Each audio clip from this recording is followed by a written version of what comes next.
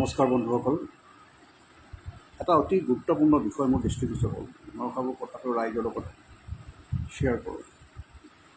আমাৰ গাঁওবিলাকৰ পৰা, অতি ভিতৰুৱা গাঁওবিলাকৰ পৰা হাজাৰ হাজাৰ ল'ৰা ছোৱালী গুৱাহাটী বা ভাৰতবৰ্ষৰ অন্য চহৰবিলাকলৈ ঘৰুৱা কাম কৰিবৰ কাৰণে ওলাই গৈছে। কোনোবাই লৈ আহিছে,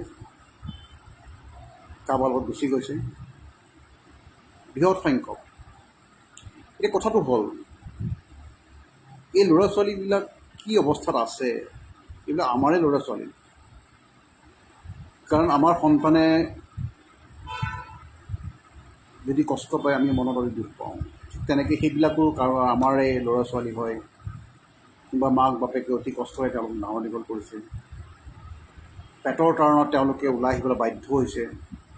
এতিয়া কথাটো হ'ল, এইখন কঠিন পৃথিৱীত তেওঁলোক এতিয়া কি অৱস্থাত আছে, এই ডাটাবিলাক আমাৰ হাতত আছেনে?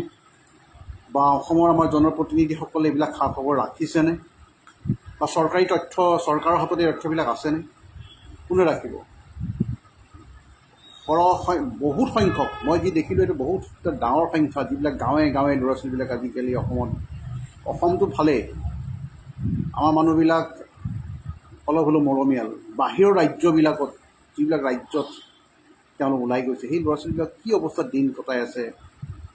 আজি এই বিহুৰ বতৰত আমি ইয়াত আনন্দৰে দিন কটাই আছোঁ, বা সেই ল'ৰা ছোৱালীবিলাক আমাৰে ল'ৰা ছোৱালী, তেওঁলোকে কি অৱস্থাত আছে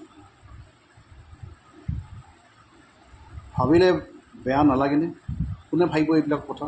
আমাৰ চৰকাৰৰ হাতত এই ডাটাবিলাক আছেনে নাই?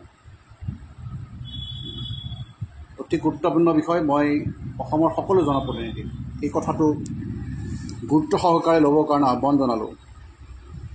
আপোনালোকৰ দায়িত্ব আছে, কথাও ভাবক আৰু এটা সমাধানৰ সূত্ৰ বিচাৰি উলিয়াওক। কিহৰ কাৰণে এই ল'ৰা ছোৱালীবিলাক কম কম বয়সত ঘৰ এৰি বেলেগ দেশৰ ৰাজ্যলৈ গুচি যাব লগা হৈছে, য'ত এই বয়সত তেওঁলোকৰ খেলাৰ সময়, পঢ়াৰ সময়। এই সময়খিনি ওলাই যোৱাটো দুৰ্ভাগ্যৰ কথা। এইবিলাক আমাৰে ল'ৰা ছোৱালী। আমাৰ ল'ৰা ছোৱালীবিলাক যদি এনেকুৱা হয়, আমাৰ দেশৰ কাৰণে ভাল নহয়। মই আকৌ এবাৰ অসমৰ সকলো জনপ্ৰতিনিধিক আহ্বান জনালোঁ, আপোনালোকে কথাবিলাক গুৰুত্ব সহকাৰে চিন্তা চৰ্চা কৰক। ধন্যবাদ।